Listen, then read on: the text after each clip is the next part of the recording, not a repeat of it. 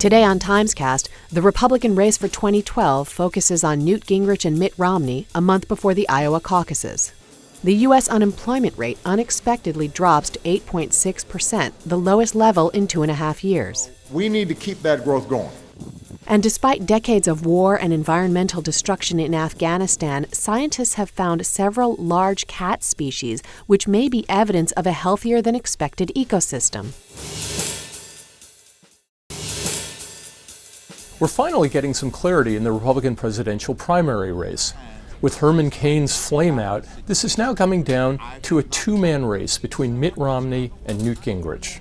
And one of the big questions over the 4 weeks between now and the first voting in Iowa in early January is whether Mr. Gingrich can develop enough of a campaign organization, enough momentum, and a clear enough message to compete there in New Hampshire and South Carolina after that. Speaker Newt Gingrich. Gingrich has been running so far largely on his very strong debate performances. But now he has to turn to a different kind of challenge, which is actually turning voters out. That's a particular challenge in Iowa, where the caucuses demand a level of organization that he really hasn't had so far. But there's also the question of, if he does well enough to survive those first early states, is he going to be able to compete with Mitt Romney in terms of money and organization for what could be a long primary season? Appreciate your help. Thank you. Mitt Romney, by contrast, has a much more traditional and expansive campaign operation. He has the money, the people on the ground, the advertising, the whole campaign infrastructure that Gingrich doesn't have. But Romney has been unable to seal the deal. In polls, he still can't really break through 25%, and party elders, the establishment, governors, members of Congress, are still holding back. Who's that there? There it is. Hey, how are you? Now, even as Republicans prepare to begin the voting, the economic climate seems to be changing a little bit. The new unemployment numbers showing the unemployment rate ticking down, job creation ticking up a little bit. All of this could be good news for President Obama. The economy has clearly been the biggest anchor around his chances of a second term. This morning, we learned that our economy added another 140,000 private sector jobs in November. The unemployment rate went down. And despite some strong headwinds this year, the American economy has now created, in the private sector, jobs for the past 21 months in a row. The unemployment report today was surprisingly good. The rate went down to 8.6% from 9%. That's the lowest level since early 2009. And it's much, much lower than it was only a few months ago.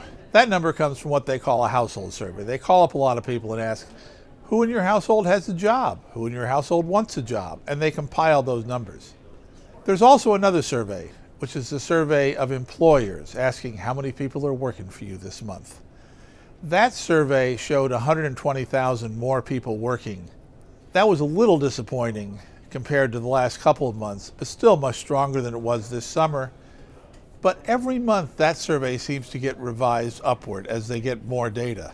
Now obviously they're not good, but if you look at the recent changes, what you see is that you're getting more jobs among people who really needed jobs. The unemployment rate for college graduates is 4.4%. which is just where it was last month, is up a little bit, in fact, over a few months ago. But the rate for the lesser educated has been coming down. That's really good news. Another piece of good news is that the number of people who are really long-term unemployed seems to be declining. It's still very high, higher than we'd ever seen it before this cycle, but it's coming down. So all in all, this jobs report looks really good. And decades of war have degraded much of Afghanistan's natural environment, but there are some positive signs. This is Rachel Newer for the New York Times. Peter Zoller is a biologist with the Wildlife Conservation Society. He runs the only wildlife conservation program in Afghanistan. The image of Afghanistan is one of conflict-blasted landscape, almost like the dark side of the moon. But in reality, it's still a pretty vibrant place from a biodiversity standpoint. In the past few years, Zoller has discovered several species of large cats thought to be extinct in the region. So this is the shot of a very healthy, possibly male Persian leopard The Persian leopard was actually considered to be extinct in this region, so we're very excited about the fact that we've managed to find them there. Because big cats are at the top of the food chain, their presence is a sign of a healthy ecosystem. We've managed to collect a total of about 68 camera trap photos of snow leopards, suggesting that there's still a very robust population of this animal left in Afghanistan. There are only somewhere between 3,000 and 7,000 animals left on the planet. This lynx is, I believe, the first record of lynx in this region of the Central Highlands in Afghanistan. It's a species that's found across Europe and into the Himalayas. The environment here is threatened by overuse, and the cats are also a target for poachers. Zoller's camera traps capture more than just animals in action. Here, unfortunately, is a picture of one of the threats to all of this wildlife, which is a shot of local people, very likely poachers, moving across the landscape. Ironically, it's international soldiers and aid workers who provide a market for poachers, buying wildlife goods as souvenirs. Zoller's group is educating foreigners and working with local rangers to raise awareness. One of the things that I like about this image is that a quick glance at it gives you the impression of the sort of classic image that you see of local insurgents about to fire a rocket launcher, and then you look at it more closely and you realize it's a spotting scope and binoculars, and these are actually wildlife researchers. There are 9 cat species native to Afghanistan, the same number as in sub-Saharan Africa. But while national parks are long established in Africa, there is just one newly opened park in Afghanistan. It's called Bandi Amir. It's a real point of pride for the Afghan people, as not only just a sign of their country's efforts in terms of reconstruction and recovery, but as a part of becoming a member of the international community.